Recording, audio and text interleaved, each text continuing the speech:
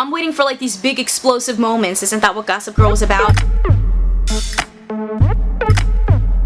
Hey there, it's Kristen, and today we're talking about the Gossip Girl Reboot Season 1, Episode 5. It's Halloween, and honestly, things are getting pretty lackluster. Consider subscribing if you like my videos, and drop down in the comments and let me know your thoughts on Gossip Girl. So I feel like so much and also nothing really happened in this episode of Gossip Girl, but it started making me feel really disappointed in the direction that the show is going in general. I am all about Zoya and Julian being the best of friends and, you know, bonding together as sisters, and I feel like nobody else that's writing the show cares about that, you know? I feel like everyone else is like, no, let's focus on Max and his drama, which honestly, I'm not about it. I'm so over it completely. This episode just starts out, first of all, with him and Rafa, the teacher, hooking up in school with the door open. It's like, how did nobody see this? If everyone's Gossip Girl, how did nobody see this? Seriously. And then throughout this episode, we start seeing Aki trying to step in and kind of be that voice of reason for Max, and it's like, is he really trying to be the voice of reason, or does he just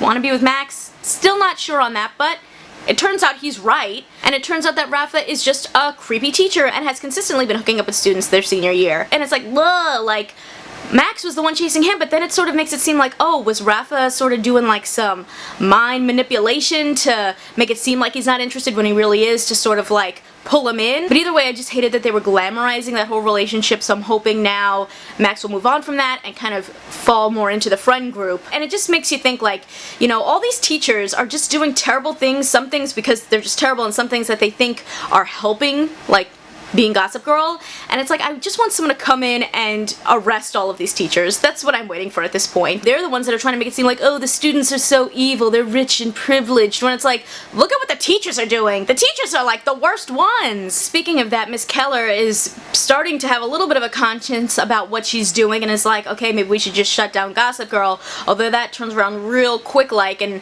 it seems like instead renews her feelings of like, what we're doing is for the greater good. No, it's not. Please, someone arrest these teachers. There's a little bit of trouble in paradise when it comes to Zoya and Obi's relationship when a new guy named Simon comes in. It really starts to make you think about the relationship that Zoya and Obi even have. Like, he is trying to be very woke and, you know, speak out against these things that, you know, he comes from. You know, he comes from this rich family, and Zoya doesn't, and sees things maybe a little bit differently. And when this guy Simon comes into the picture, he's kind of like, yeah, look, we could be friends. We're both stuck in this rich person bubble, but we're regular people. But of course, you know, nothing is as it seems in Gossip Girl, so it comes out at the Halloween party after Obi does a little bit of research that Simon is actually a reporter for the New York Magazine trying to figure out who Gossip Girl is, and his signs are pointing to Zoya because, you know, she's a newcomer. All this Gossip Girl stuff started when she arrived, and so he's very suspicious. So it just goes to show you can't really trust anybody, but what is that really going to mean for Zoya and Obi's relationship? There's also this Halloween party that looks so cute. I gotta say, I was really excited about the Billy Porter cameo, but he didn't really do much other than sing. He had this most beautiful set with a big moon behind him. He's singing I Put a Spell on You.